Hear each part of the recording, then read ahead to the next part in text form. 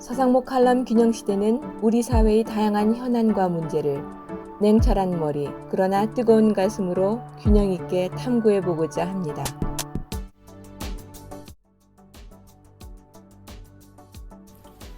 안녕하세요. 서상목 칼럼 오늘의 주제는 어젠다 2022 그 10번째 이야기인 인성과 창의력을 키우는 교육 개혁입니다.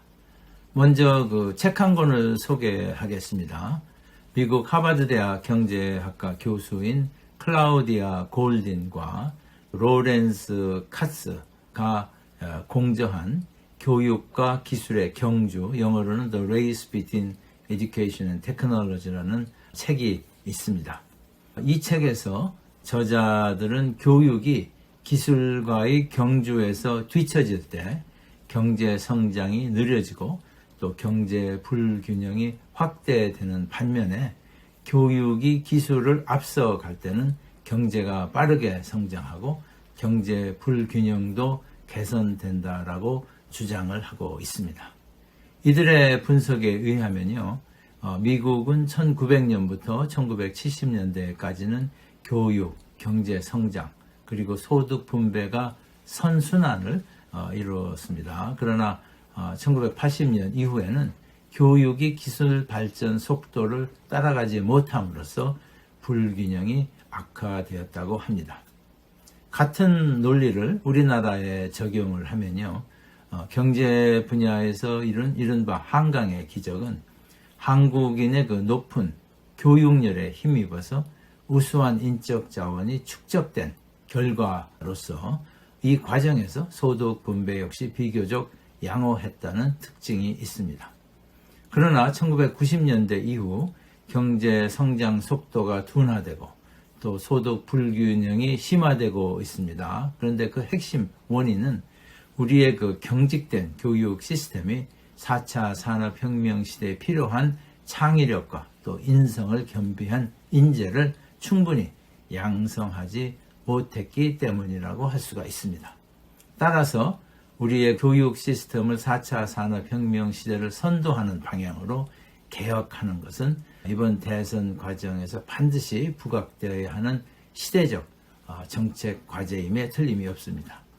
그러나 지금까지의 대선 과정을 살펴보면요, 상대방 후보의 약점을 공격하는데 초점이 맞춰져 있어서 교육 개혁 등 정책 과제는 크게 부각이 되고 있지 않아서 매우 안타깝습니다. 그나마 교육 개혁을 주요 공약으로 제시한 후보인 정세균 전 국무총리가 있었는데요. 그는 그 교육부를 폐지하고 국가교육위원회 기능을 강화하는 내용의 교육 공약을 지난 8월 26일 발표한 바 있습니다. 교육부 그 폐지 공약은 2017년 대선에서 주요 쟁점이 됐고요. 문재인 후보와 안철수 후보가 이를 적극 찬성을 했습니다. 그러나 문재인 대통령은 이 공약을 추진하지 않고 있습니다. 그 이유는 교육부의 적극적인 반대 로비와 더불어서 교육부 폐지에 따른 교육계의 혼란을 우려했기 때문이 아닌가 생각이 됩니다.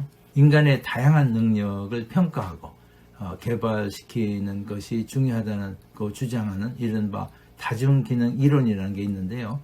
이것은 교육계의 새로운 패러다임으로 자리를 잡고 있습니다.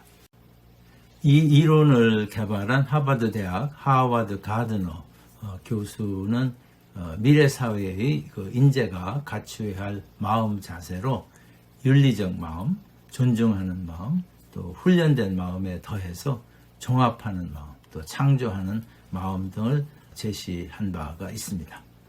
그러나 여러분 아시다시피 우리의 그 교육 시스템은 입시 위주의 암기식 교육으로 인해서 인성 교육은 물론이고 창의적 사고를 배양하는 교육의 기능을 제대로 수행하지 못하는 것이 문제입니다. 저명한 그 미래학자인 알빈 토플러는 한국의 학생들은 하루 15시간 동안 학교와 또 학원에서 미래에 필요하지도 않은 지식과 또 존재하지도 않을 직업을 위해 시간을 낭비하고 있다, 이렇게 지적을 한 바 있습니다. 한국의 교육 상황에 대한 아주 매우 혹독한 비판이라고 하지 않을 수가 없겠습니다. 또한 맥킨지 한국 보고서는요, 높은 사교육비 부담은 한국 중산층 가구의 허리를 휘게 하고 또 70%를 상회하는 높은 대학 진학률 역시 경제적 투자 효율성 측면에서 이성적이지 않다고 지적을 하고 있습니다. 국제적으로 학생들의 학업 성취도를 평가하는 제도인 PISA, Program for International Student Assessment라고 하는데요. 이 조사 결과를 살펴보면 우리나라 교육의 장단점을 잘 알 수가 있습니다. OECD 회원국 중에서 한국의 학업 성취도 순위는 읽기가 3 내지 8위, 수학이 1 내지 4위, 또 과학이 5 내지 8위로 최상위권을 유지하고 있습니다. 그러나 학생들의 삶에 대한 만족도 지수는 2018년의 경우 조사 대상 71개 국가 중에 65위로 최하위권인 것으로 나타났습니다. 한국 학생들의 우수한 두뇌와 높은 교육열로 학업 성취도는 상당히 높지만 암기식 교육 방식과 또 지나친 입시 부담으로 해서 학생들의 행복도는 조사 대상국 중 최하위에 이렇게 머물러 있는 것입니다. 젊은 시절의 낮은 행복감은 성인이 된 이후에도 부정적인 영향을 미친다고 합니다. 그래서 UN 행복 보고서 또 OECD 삶의 질 보고서에서 한국 성적표가 상대적으로 낮은 그런 근본적인 원인이 아닌가 생각을 합니다. 이외에도 우리의 교육 시스템은 여러 가지 문제점을 안고 있습니다. 그중 가장 중요한 것은 계층 상승 사다리 역할을 담당해온 교육이 이제는 높은 사교육비 부담으로 인해서 그 기능을 상실해 가고 있다는 사실입니다. 예를 들어서 1인당 월 평균 사교육비는 2010년부터 2019년 기간 중 초등학생은 8만 3천 원에서 무려 34만 7천 원으로 또 중학교 학생은 35만 3천 원에서 47만 4천 원, 고등학교 경우에는 41만 2천 원에서 59만 9천 원으로 이렇게 크게 증가를 했습니다. 그 결과 2020년 현재 이른바 스카이 대학 학생의 55.1%가 가구 소득 최상위 20% 계층 출신으로 조사가 되고 있습니다. 이는 2013년도 17년 평균 41.4%보다 크게 높아진 수치입니다.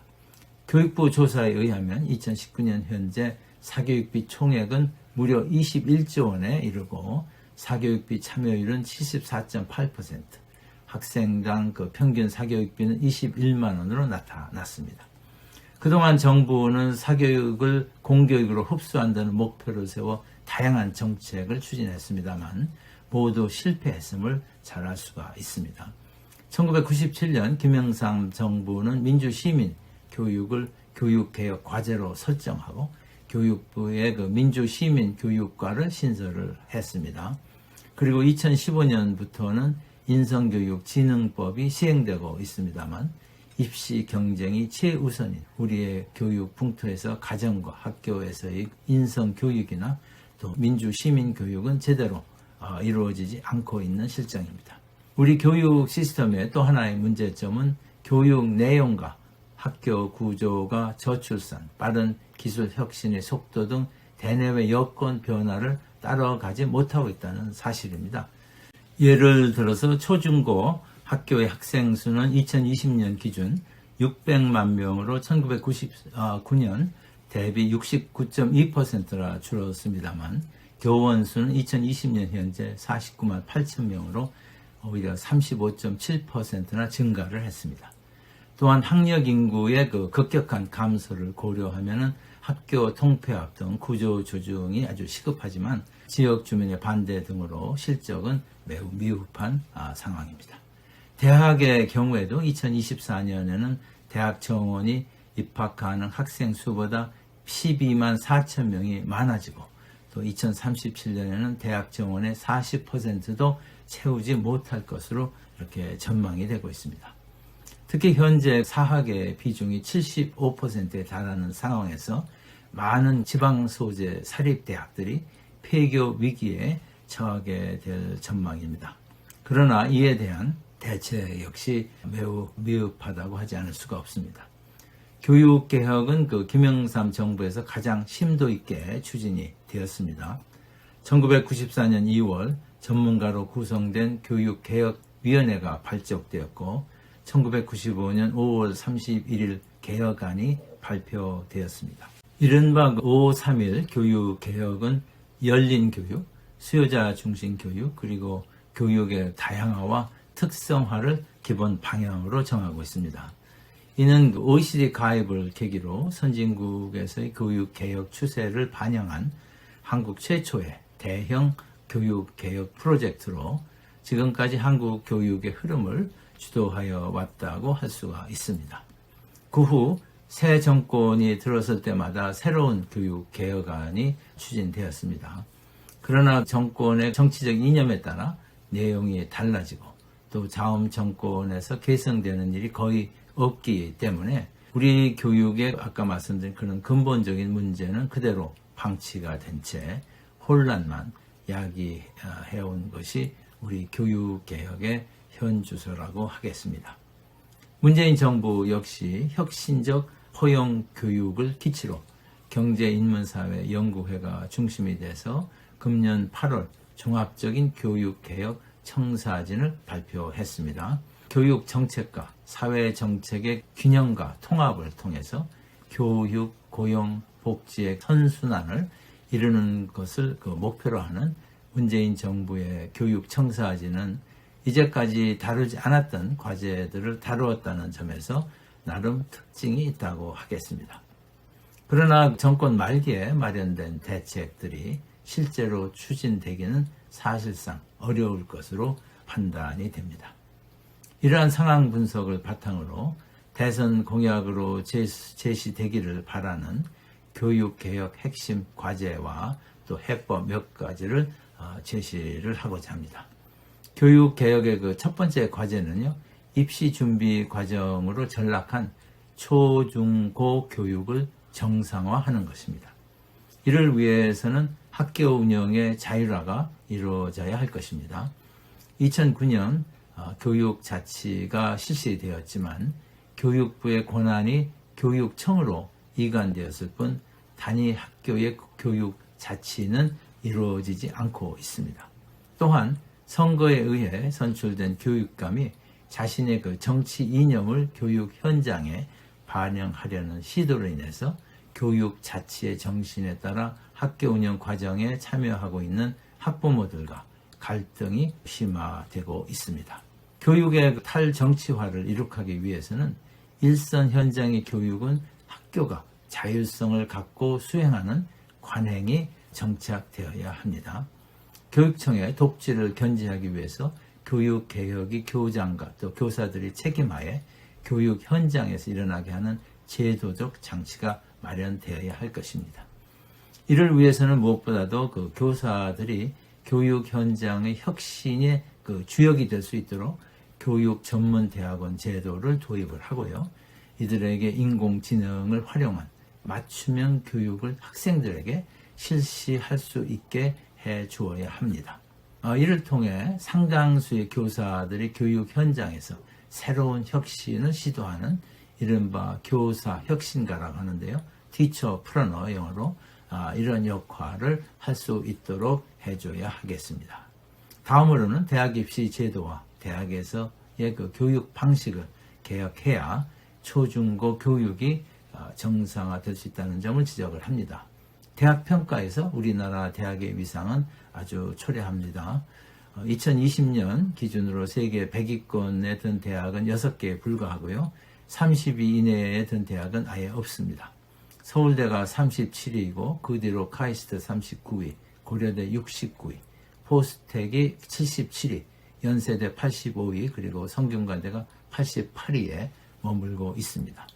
그리고 국제경영개발연구원에 의하면요. 대학 교육에 대한 기업의 만족도는 64개 조사 대상국 중 48위로 매우 낮게 나타났습니다. 불만족 사유로는 대학생들의 창의성 및 독창력 함양 부족이 35%, 그리고 인성교육 부족이 23%로 상대적으로 높게 나타났습니다. 따라서 대학개혁의 주제는 창의성과 인성 함양이 되어야 할 것입니다. 이를 개선하기 위해서는 기존의 그 강의 위주의 주입식 교육을 토론과 실습 위주의 창의적이고 융합적인 교육으로 전환을 해야 합니다. 또한 산학 연계를 통해서 교육 현장에서 산업체의 실질 문제를 다룰 수 있도록 유도해야 할 것입니다. 그리고 교수의 그 업적 평가 제도의 개선을 통해서 교수의 교수법과 교수 역량이 개선될 수 있도록 해야 할 것입니다. 이와 더불어서 창의성과 인성이 학생 선발의 핵심적 기준이 되도록 입시 과정의 개혁이 이루어져야 하겠습니다. 그러면 이러한 개혁을 어떻게 이룰 수 있을까요? 해법은 대학에 대한 교육부 차원의 규제를 대폭 풀고 대학들이 전 세계 교육 시장에서 경쟁을 하는 생태계를 만드는 것이라고 저는 생각을 합니다. 우리나라의 기업들이요, 치열한 국제 경쟁을 통해서 초인류 기업으로 성장을 했듯이 대학 역시 세계 시장에서 경쟁을 통해서 초인류 대학으로 발전할 수 있기 때문입니다.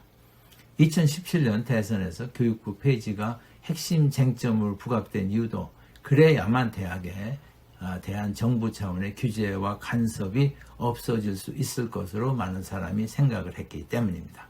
교육부 폐지가 무리라면 적어도 교육부 명칭만이라도 인력개발부로 바꾸고요.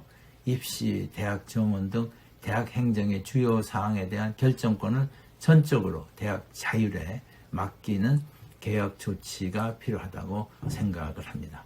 이럴 경우에 정부는 대학에 대한 지원금 배정을 통해서 정부가 지향하고자 하는 대학에 관한 정책을 간접적으로 구사할 수가 있을 것입니다. 수도권과 지방대학 간 격차 문제는 대학을 수도권, 영남권, 호남권 등 이렇게 권역별로 나누고요. 영남권과 호남권이 그 수도권과 균형을 유지할 수 있도록 중앙정부 차원의 지원을 강화하되 권역 내에서는 대학 간 경쟁을 통해서 구조 조정이 이루어지는 그런 새로운 생태계를 만들어 가야 할 것입니다. 서상목 컬럼 균형 시대는 교육 개혁에 관한 대선 후보들의 공약을 지속적으로 분석하고 또 평가하는 노력을 계속해 나갈 것입니다. 경청해 주셔서 감사합니다. 이 책의 주제인 기술 변화, 교육, 그리고 불균등은 마치 경주를 하는 것과 같이 서로 연결되어 있다.